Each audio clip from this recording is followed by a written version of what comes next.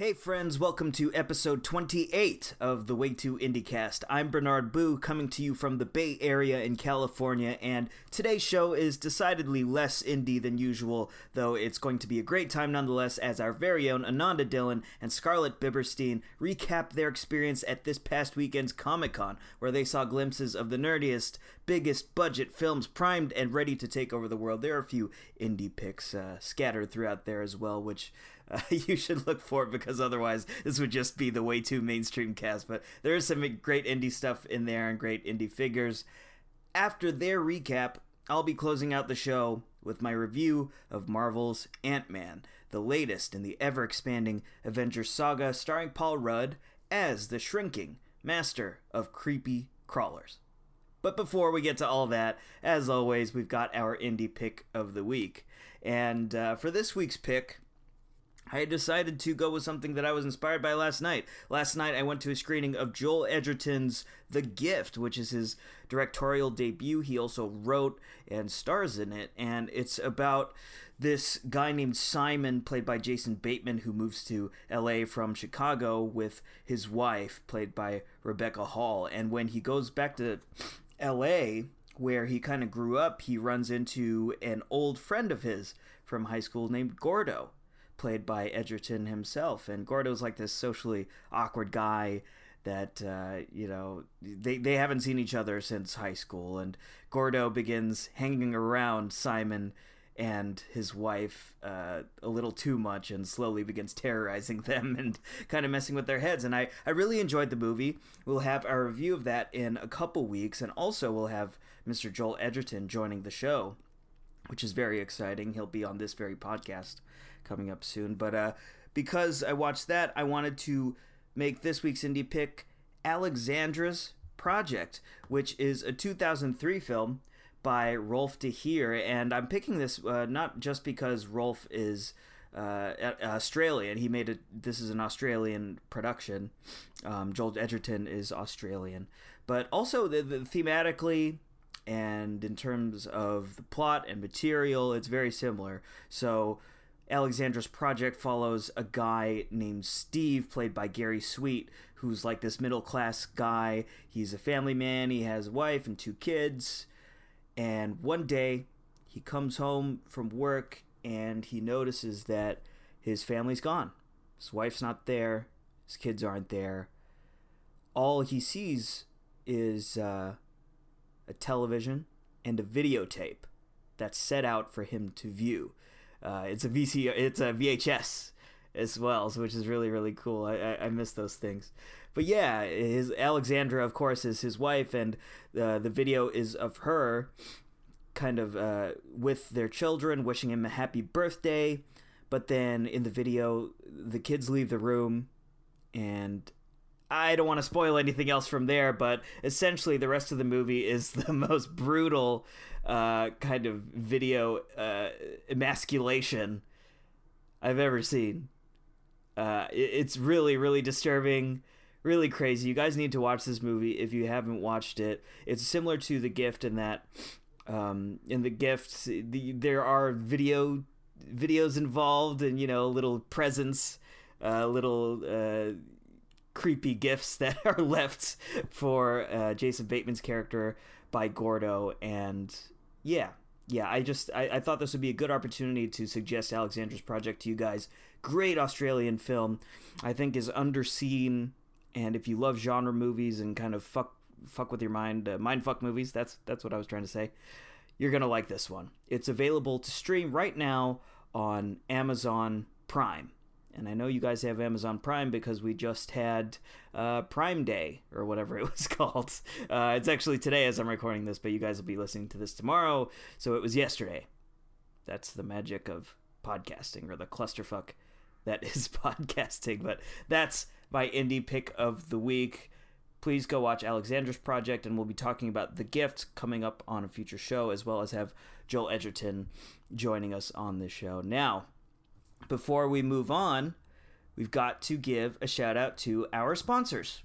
Once again, we are incredibly happy to be sponsored by Mubi, a curated online cinema that brings its members a hand-picked selection of the best independent, international, and classic films. Every day, Mubi's curators introduce a new title, and you have 30 days to watch it. That means there are always 30 wonderful films to enjoy, all for only $4.99 a month.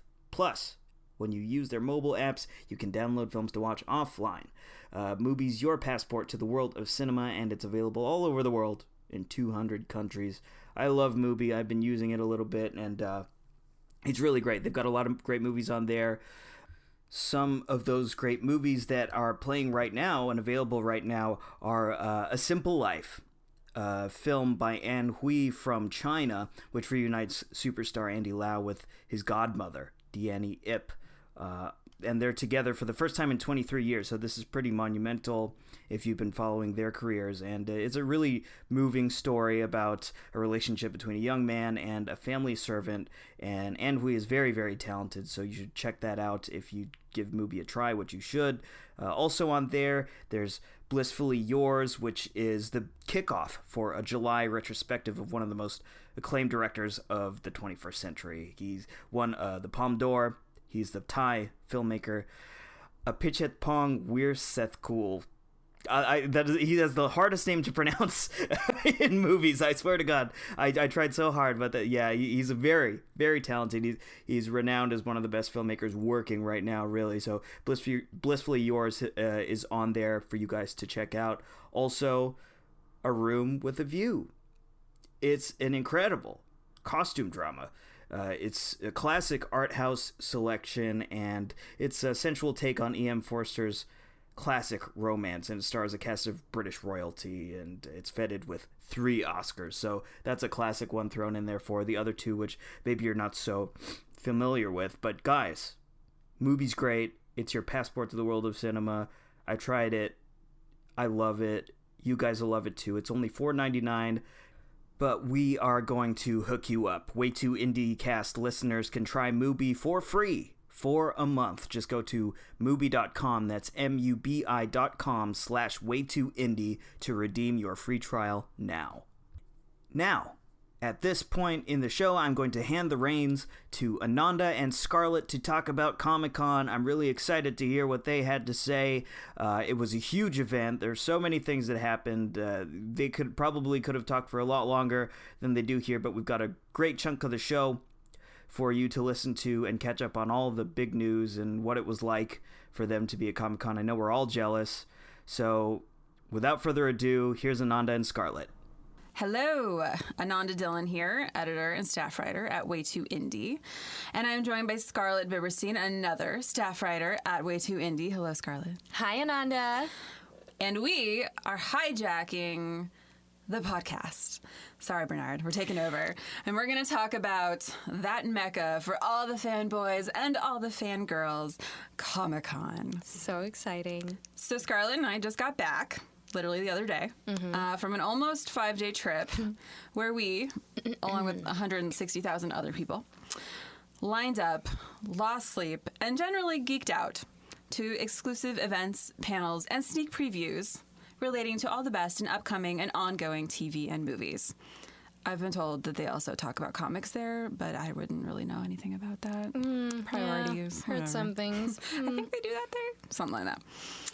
So we should start with the things that were new. I mean, everything's kind of new at Comic-Con as far as, previews and announcements and everything like that. But there were a few firsts at Comic-Con this year, and one of the first was literally the first thing that we experienced in Hall H, which was the first panel on Thursday morning, which Open Road Films was doing their panel first off, and nobody really knew quite what to expect because they don't have anything super Comic-Con-y coming out.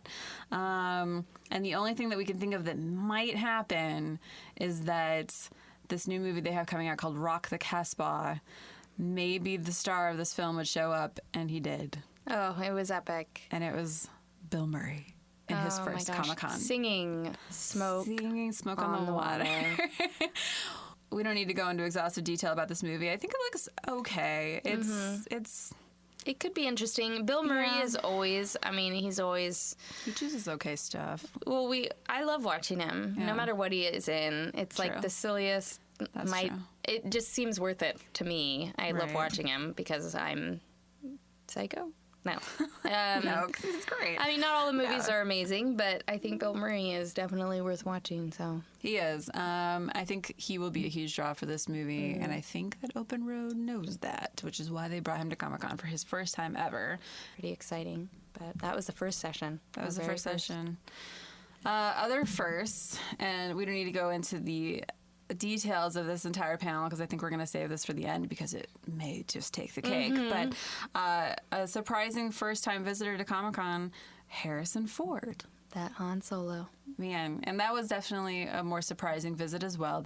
They're really good at Comic-Con at the whole, like, shock and awe thing, you know, just building up to the climax. They're like, oh, you think that this might happen? We're just going to make you think it's not going to happen. And then it happens. And everybody's, like, on their feet and going crazy.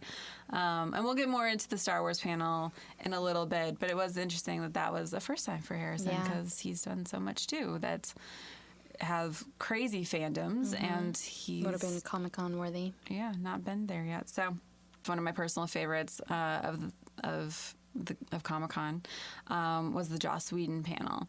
At the end of the panel, he received an Icon Award, which is only given to, I mean, the biggest and best names in the industry. I mean, and in the nerd world. So that was kind of a moving moment. I think he was very moved by it, and it was cool to see him acknowledged and appreciated for everything that he's done for...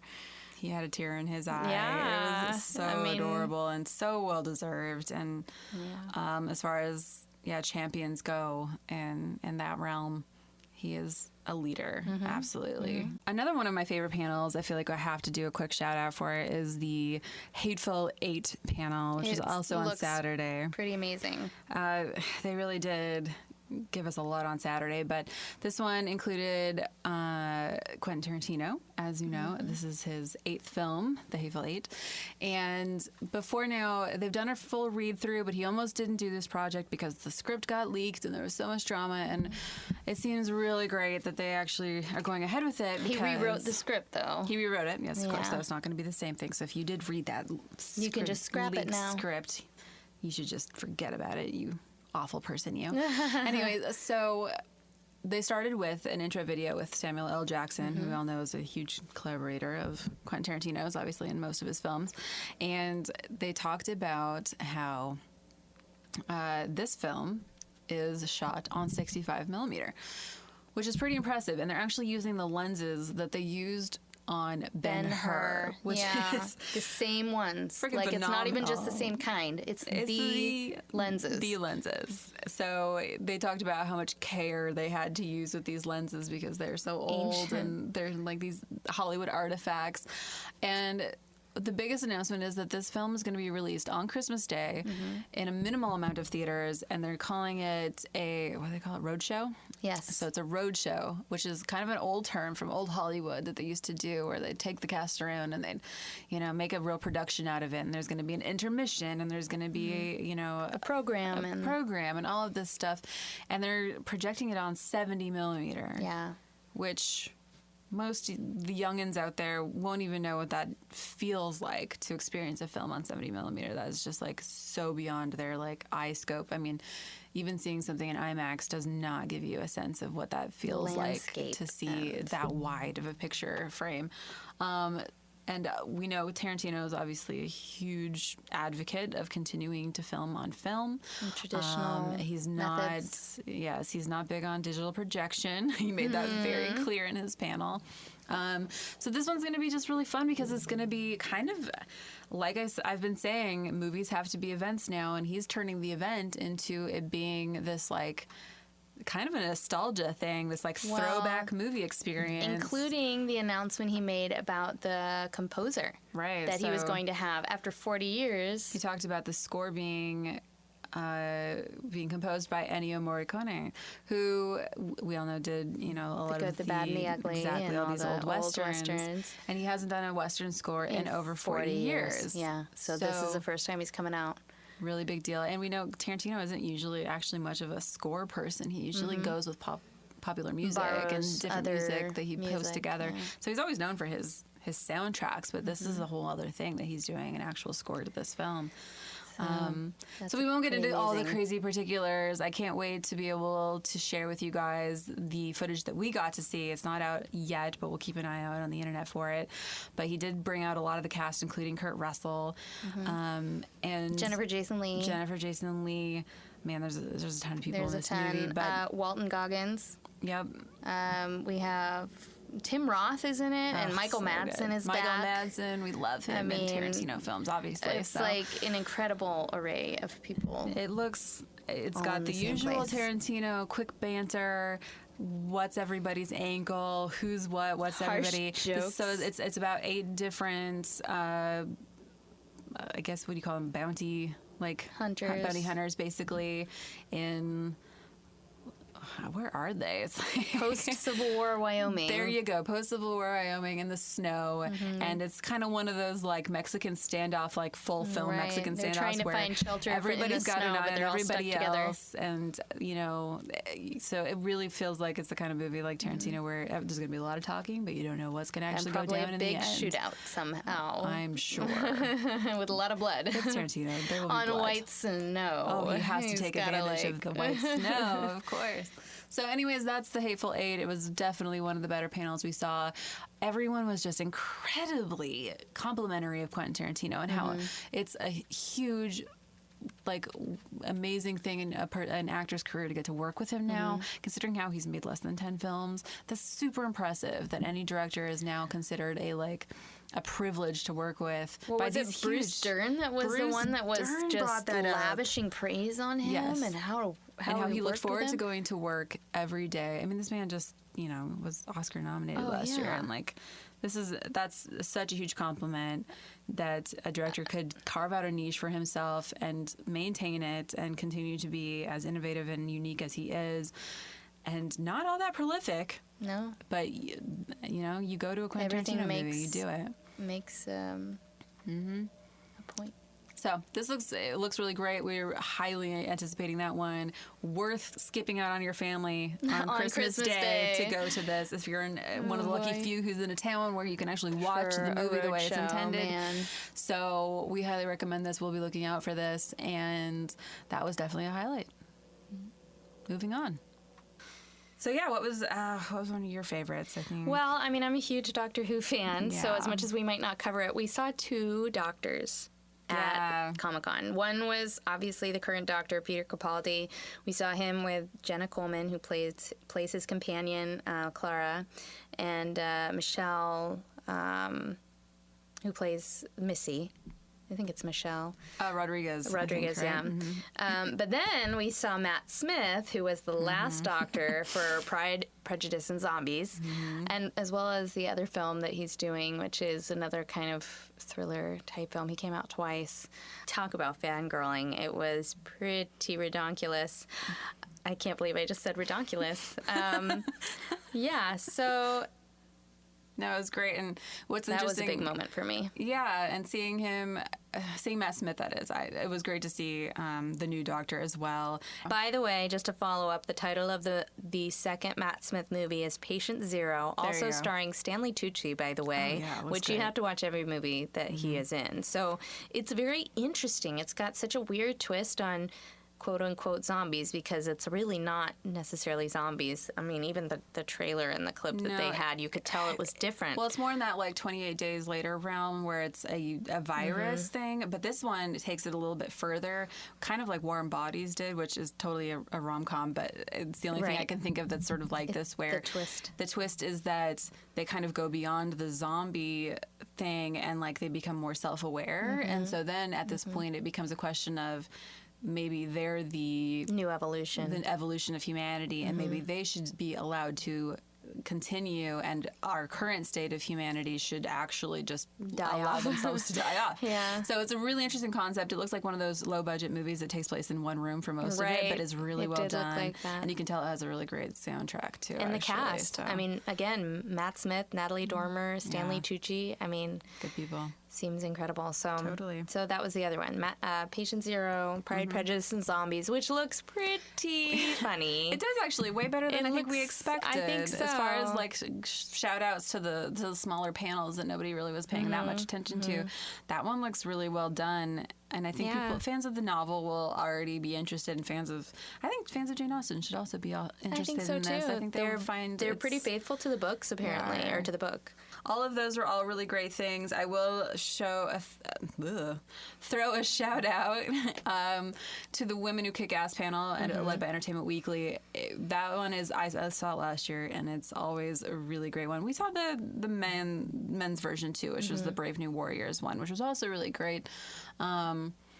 But like kind of this, need to see more females kind of kicking ass, and just also like in different ways, and kind of getting into the nitty with them. Not just physically, but yeah, we saw Gwendolyn Christie on 3 different panels over the weekend, which was kind of took over. And she just in every single one was so assertive, so ready to answer questions, so ready to go beyond and think critically, and she was so well spoken. She turned everything on its head. She kind of over the weekend like asserted herself as like this new voice of feminism in Hollywood, which. Great. Yeah. Now that I'm it was for very this, refreshing. Like, yes, it was wonderful, and she did such a great job in this all-female panel, telling stories about actually punching the guy who plays the Hound in Game of Thrones in the crotch, and like this amazing story of how like she just went for it because he gave her permission. We won't say that she took initiative on that one, but just how much grueling work she had to put in to do this fight where she had to prove that she was a female warrior who was equal to the task of fighting the Hound, which is great. I don't know, the whole thing was wonderful. She had some really great things to say about women in Hollywood and how hard it is for them, and how the internet is making it so much a more even landscape, because women are seeing and proving that when they see people who reflect how they see themselves, they will pay money to go and see that stuff. They will buy HBO, they will buy the DVDs, they will go to the movies. Producers that say that it doesn't work and it doesn't make money for them are delusional. So Women be shopping, right? We like spending money. Give us something worth spending money on, and we will go. We will totally go. Okay, there is so much that happens at Comic-Con. We need to talk more about stuff. So, all right, let's just get into the actual favorites of this weekend, the huge highlights, the things you've probably already read about on our website but we were and there. all over the internet. But we will tell you firsthand what it was like to experience these things. So I think we should start with the biggest, because we should just start huge and just work our way back. But Star Wars. It far surpassed anything I could have imagined. It's hard because I think a lot of us have a little bit of a bad taste in our mouth from the first 3 episodes that they tried to, make as a prequel. And I don't want to bash them, though. Oh, I do. Oh, absolutely, I do. I mean, we might think differently on this, but my husband calls them the apocryphal Star Wars, and I understand that there is definitely a place for them. Kids these days, they're the Star Wars that they know, that they appreciate and they love. And I think, though, especially with the remastering of the original 4, 5, and 6 episodes and trying to turn everything into CGI, and it just kind of went wrong. It went all wrong. And I think most people can acknowledge that as much as they could see the vision of it, they took away a little bit of the original magic that they had, seeing the real puppets, the real props, the real costumes and everything just seemed more lifelike. Yeah. And J.J. Abrams made sure to promise us that this new movie would go back to that. He would not rely so heavily on CGI and green screen. He would rely on practical props, and it just looks good. We're really looking forward to how it's going to look, how it's going to feel, hopefully very much like the originals. The fact that... Well, it's interesting to know, and there's been some talk about this on the internet since this panel, that some people are people who care for the whole canon, and maybe not even are super fans of the first, the prequels, but like that this is kind of the first film that they kind of are using prequel bashing as a way of like gaining people's trust and stuff, which kind of sucks because they're technically bashing Lucas, who created the entire thing, and there wouldn't be nothing without him and his vision and all of this, So fine, whatever. I of course fully appreciate. I'm with you. I appreciate that they are going back to the basics. And JJ, I mean, geez, he went out of his way to prove to us that the level of care that they are putting into making this one seem like the original series. is like intense, and the whole behind the scenes footage, which if you haven't seen by now, you can see on our website, way2indie.com. And you can just see how much, I mean, it brought a tear to my eye to like see how much he appreciates that, which I love too, but like, I don't need them to advertise this at me by bashing on movies that also exist within this universe. And like, you cannot just push them aside and forget about them. They are a part of this. A lot of the storyline, obviously, since this comes later, there's a continuation of that storyline that is attached, and whether we like it or not, it's part of the canon, and we can't really do anything about it. But some of us can. I know, it's we'll true. We'll agree to disagree on that. Yeah, you don't have to watch it. You don't have to actually. No, it's totally fine, and I get it. And I think it's good. I think it should maybe be watched once each. Yeah. That's all I'm going to say about that. I know. The thing is, I'm not actually a huge fan of those films either, so I'm playing devil's advocate here. I think it's interesting that George Lucas doesn't have a lot of say in the new movie coming out. I think that's an interesting choice that they made. He sold himself to feel Disney, bad so he gave that up. But I also maybe... Yeah, it's a choice that he made. I mean, it's business. I think he's fine with it. I think he's great. I think it seems like Abrams doesn't want to do any disservice to Lucas. Like not at all. He wants to go back to the original to honor him. Well, I think that's what everybody kind of was worried about was because we appreciated what Lucas made with nothing.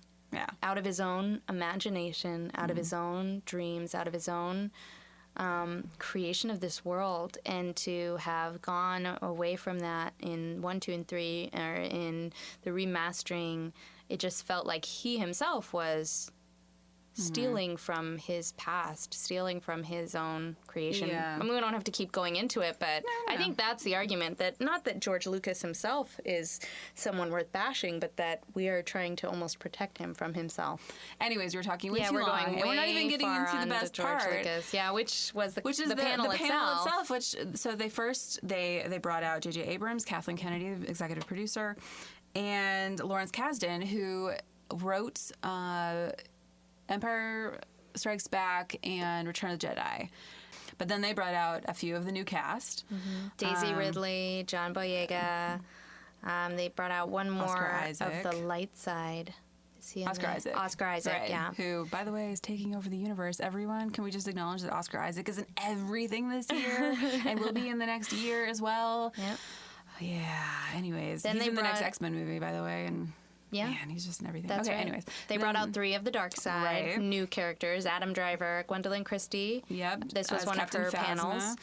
And then Donald Gleason, who up until now we weren't sure if he was light or dark, and now we know he's a general, I think they said, who's on a base called Starkiller. He leaked that, by the way. He leaked that, which is great. We finally got some actual... So good. They were pretty tight-mouthed as far as plot goes, guys. Like someone was holding a gun to their heads. Right, we got nothing. Adam Driver especially was just like, I cannot say anything. No, I cannot say anything. And it was J.J. Abrams was looking at him like, give him something, man.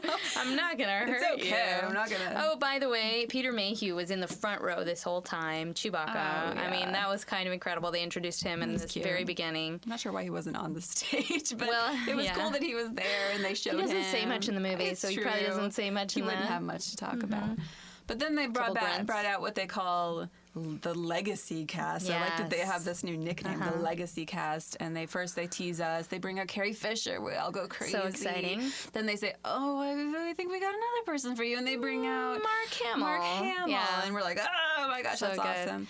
And then Chris Hardwick. We're all wondering if, Han Solo is going to be there. Chris Hardwick is moderating, and he just looks at JJ and is like, by the way, how's Harrison Ford? He had that accident. We just want to know how he's doing. And JJ's like, well, why don't you ask him? And it's like mic drop, And then Harrison Ford walks out, and he looks fine. Everybody goes good. Not wild. Even lipping. Oh my gosh, he's fine. He looks great.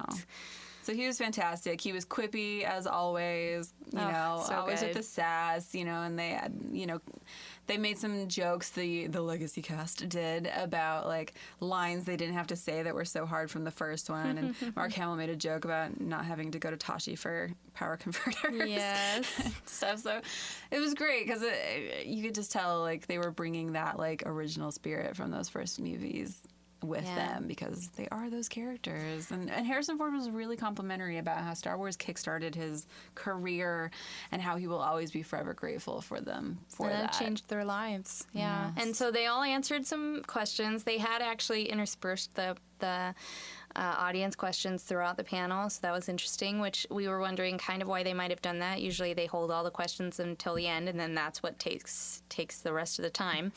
But turns out they weren't finished with us yet. No. It's pretty incredible. Chris Hardwick again kind of announced, and he prefaced it with, "We're not sure how San Diego gave us permission to do this," and we were all wondering, do what? Give us permission to do what?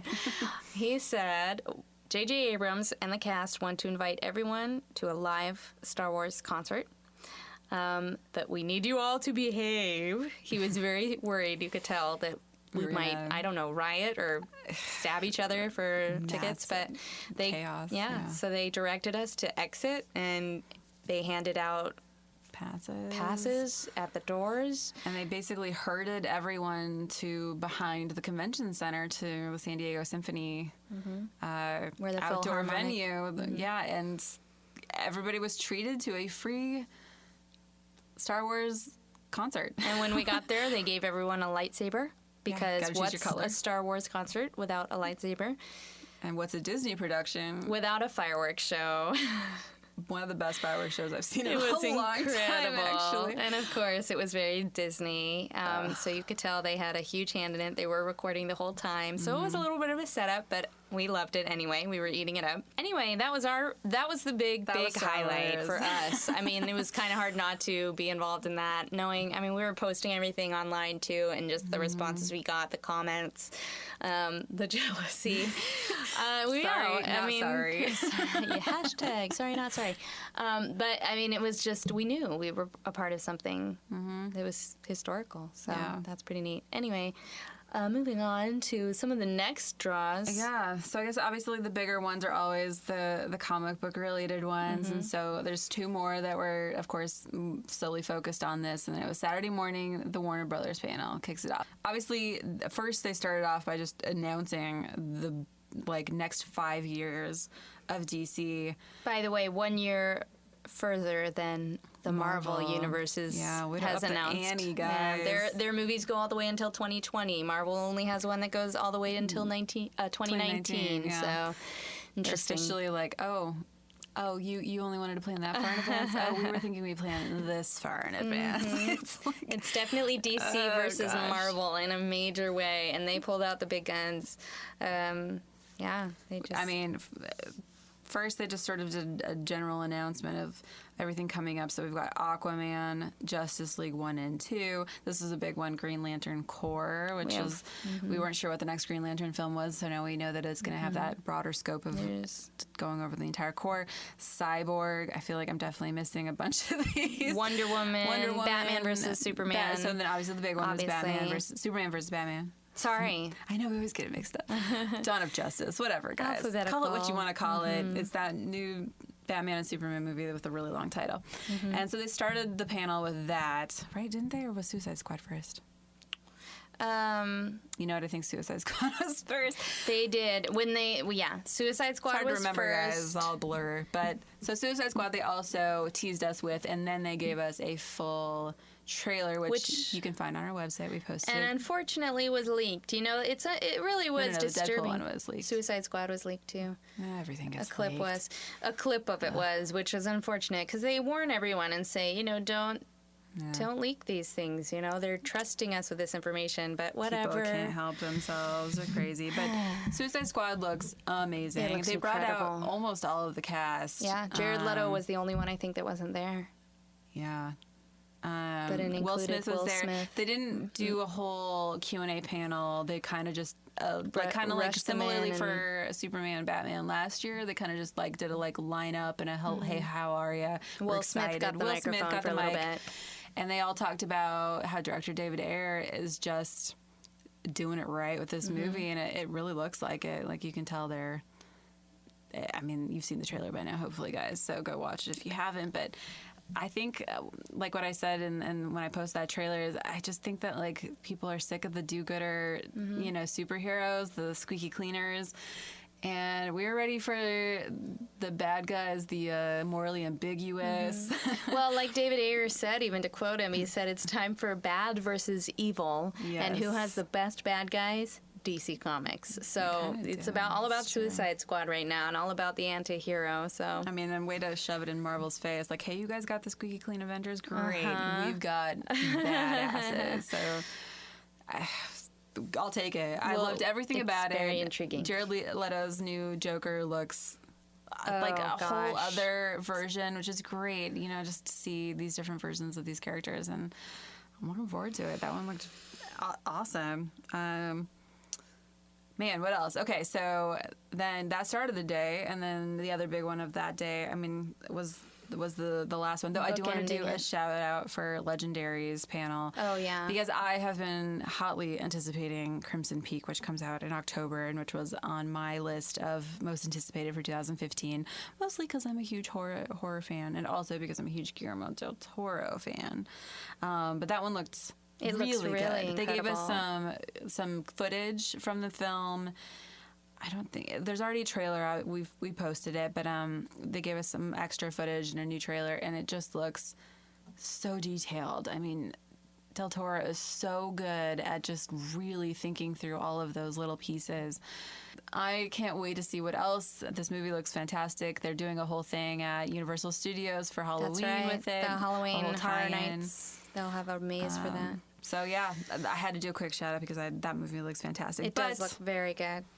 We end the day with the 20th Century Fox panel, and no one was quite sure because they didn't do a little description of what their panel would be about. And we knew we were going to be missing a Marvel panel. Right, no Marvel this year. So we're kind of like, all right, what are they gonna talk about? I think they started off the bat with Deadpool. You guys, I mean, considering this was the last panel that Scarlett and I ended up going to, what a way to end our panels of newsworthiness. So they bring out, first they show a little teaser of Deadpool talking to the screen, as he does, because if you know his character, you know he likes to break the fourth wall. He likes to talk at the audience. And so we're freaking out because we know that we're about to get Everyone went crazy even knowing it was Deadpool. Footage. Yeah. They bring Ryan Reynolds out to talk about this, along with others from the cast. Or was it just him and the director? I forget. I think it might have been just him and the director at first, because then...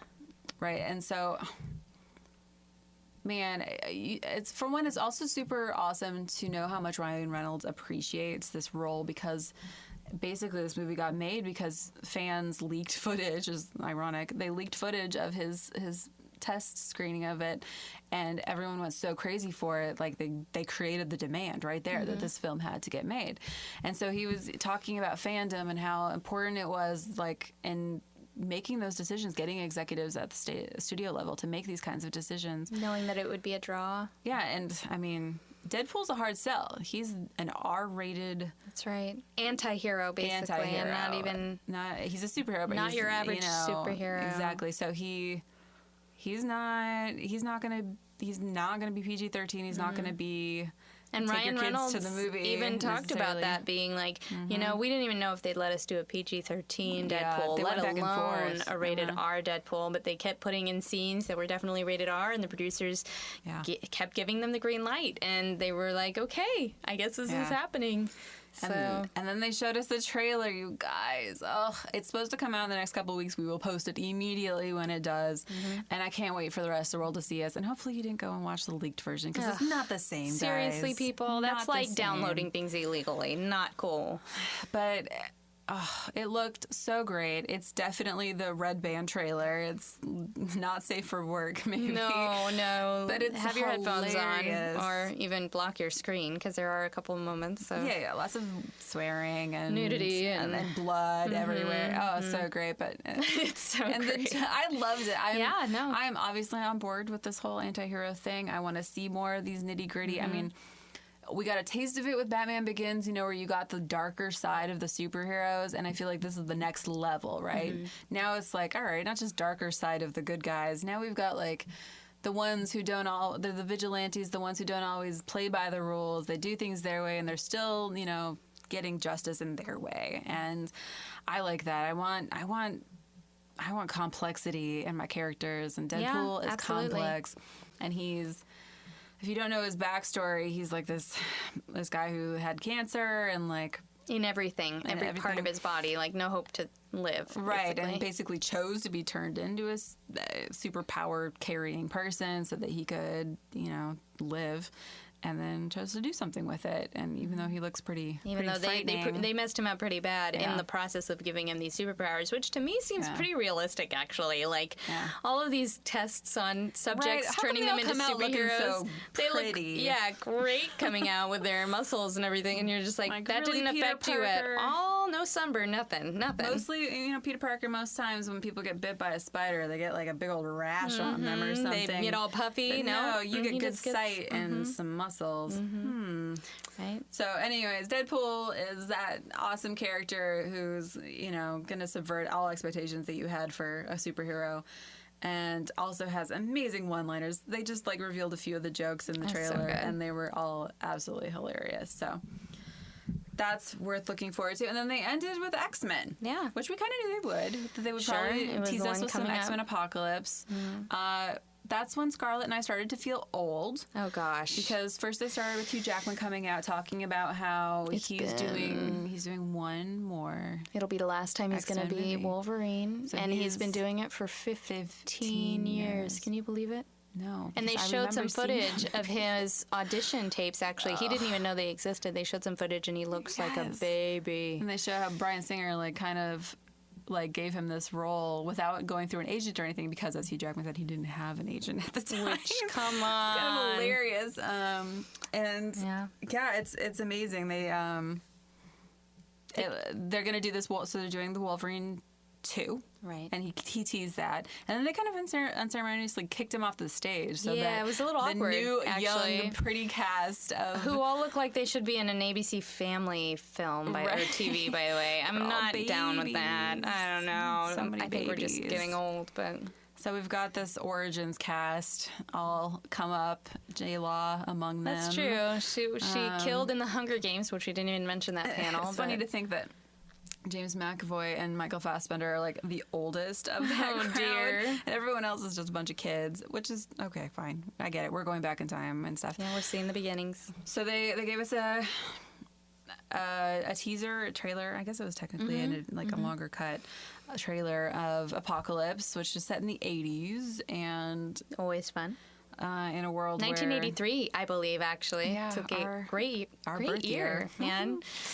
And it looks great. I mean, it's the cast that we've gotten to know in the last two Origin specific movies, and then they're going to be in a world now where mutants are for the most part mostly well accepted. So there's kind of a change in the universe a little bit, but there are other parts of the world where that's not the case. And Oscar Isaac plays.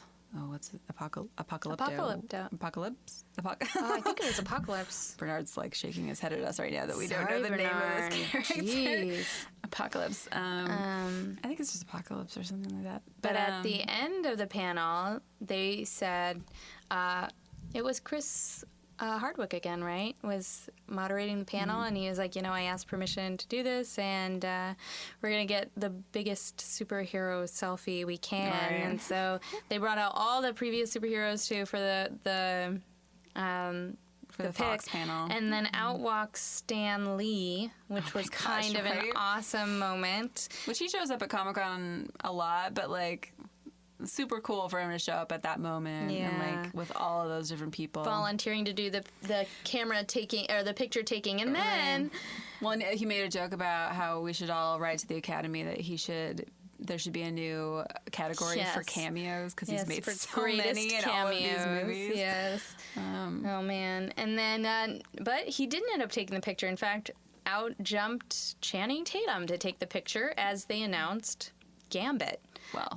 Well, we knew that was happening, but this is the first appearance he's made as that official in publicity for that character. So that was cool. So, man, they were all on stage. Superheroes galore. Superhero selfie. You can see that on Chris Hardwick's Instagram. Yeah. See a lot of selfies. That man is lucky, I tell you. He gets a lot of selfies. So, you guys, we just talked your ear off about Comic-Con, and we could probably go on even longer because we didn't even touch on some of the other panels that we saw that were amazing, and not to mention all of the other things that happen at Comic-Con. It is truly an experience. You're surrounded by people that love the same things you love and the people that are making them, so... Amazing. It's pretty incredible. Awesome. Great first time for me. Great. I'm glad I shared it with Harrison Ford and Bill Murray. I think we had, we were the trifecta. Me, Bill Murray, and Harrison Ford. Besties. Yeah. I think it's... I'll have to tell them next time I see him, that I think we made eye contact with Bill Murray at some point. Yeah. Maybe. Oh, yeah. From way afar, across the room. In the dark. Amongst 6,500 people. Somehow. Yeah. Okay, guys, we will hand this back over to Bernard. Thanks, Bernard, for letting us hijack the podcast.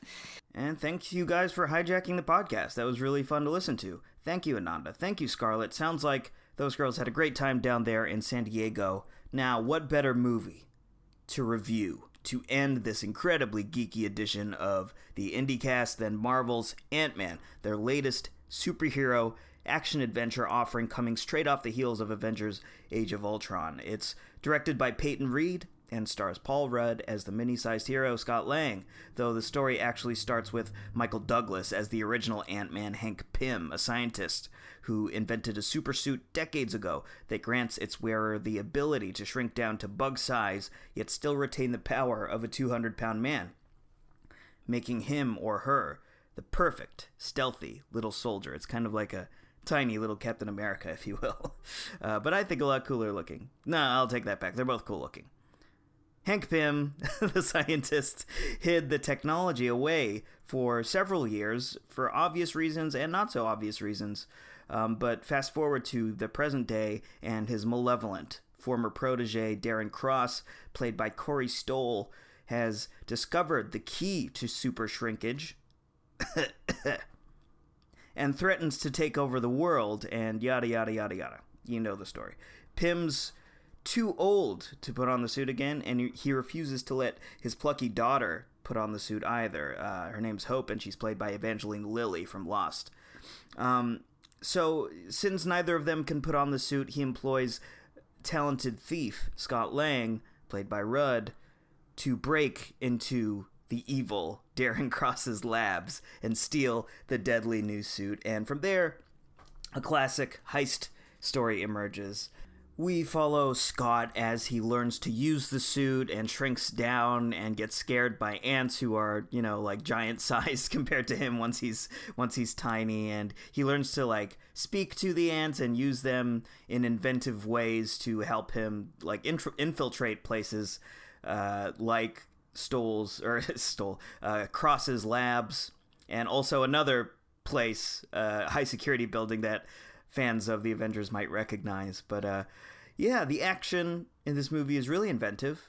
That was probably the thing I enjoyed most about the movie, was the action, because Scott Lang and his suit can shrink down and grow big, and he also has these little discs he can throw at things to make them shrink or grow and become gigantic. He throws it at later in the movie. He throws it at a toy, a very famous, well-known toy, and the toy becomes large, and it's very funny. Visually, this thing is just so flashy and smart and clever and funny. Actually, the visuals are funny. It's this kind of micro or scale-based humor that I think Toy Story did best. If you remember back to those Toy Story movies, and how a lot of the laughs came from the fact that these toys were experiencing these big moments of terror, having to do with things that are really tiny compared to us, and sometimes the movie will remind you of that, and this movie does too. It's mostly a comedy. I think a lot of people leading up to this movie were afraid that it wasn't gonna be funny enough because, infamously, Edgar Wright was the original director. He and Marvel had a falling out, and he was replaced by Peyton Reed, though I think you can really see a lot of Wright's fingerprints all over this thing. The humor is very much Edgar Wright, and some of the gags are still very much in Edgar Wright's wheelhouse. Like, there's this climactic battle between Ant-Man and Yellowjacket, the villain, who also has a super suit, and they're battling in this, like, little bag or box or something, and there's an iPhone in there, and they accidentally...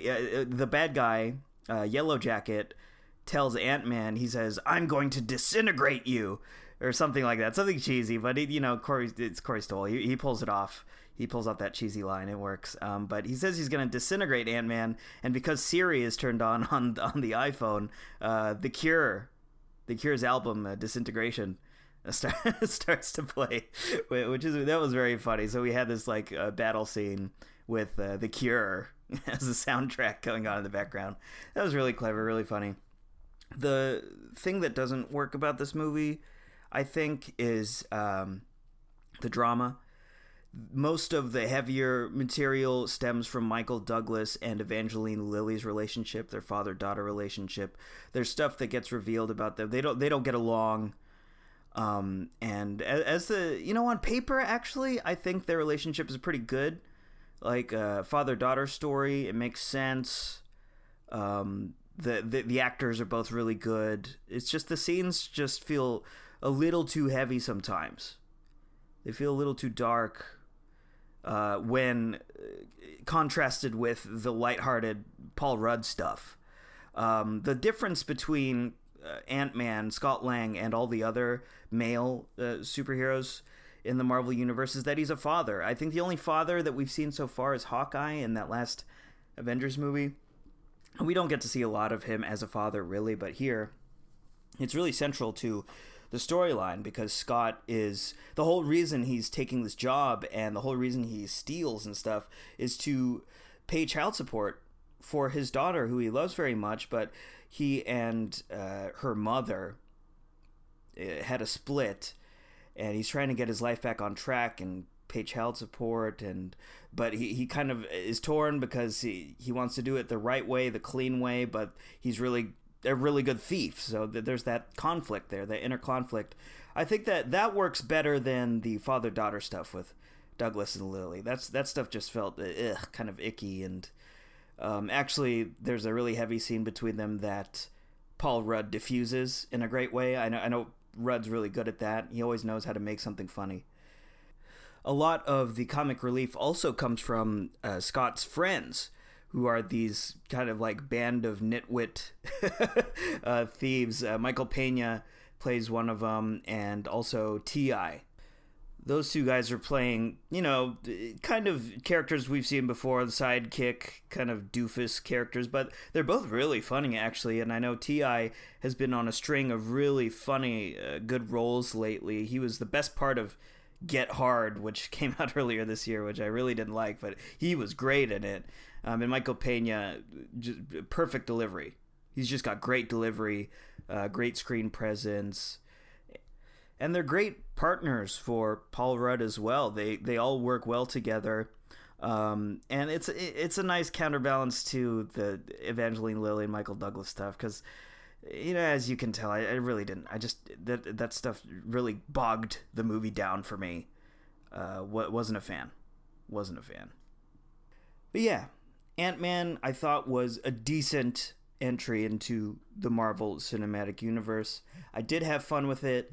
The last third of the movie is great. It's thrilling. It's the heist part, because it's really entertaining because they get super inventive and innovative with the way they use the mechanic of him shrinking and growing in size, and Yellowjacket being able to do the same. And the final battle actually takes place in a little girl's bedroom, as you might have seen from the trailers, where Yellowjacket is scared to death of being run over by a toy train.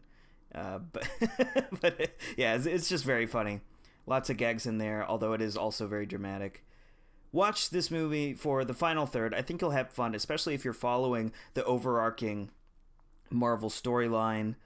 There's a lot of cool stuff in here. I wouldn't even call it Easter eggs, because they're pretty integral to the overall plot. We're going to see Ant-Man again coming up soon. You'll find out why in the movie when you go see it.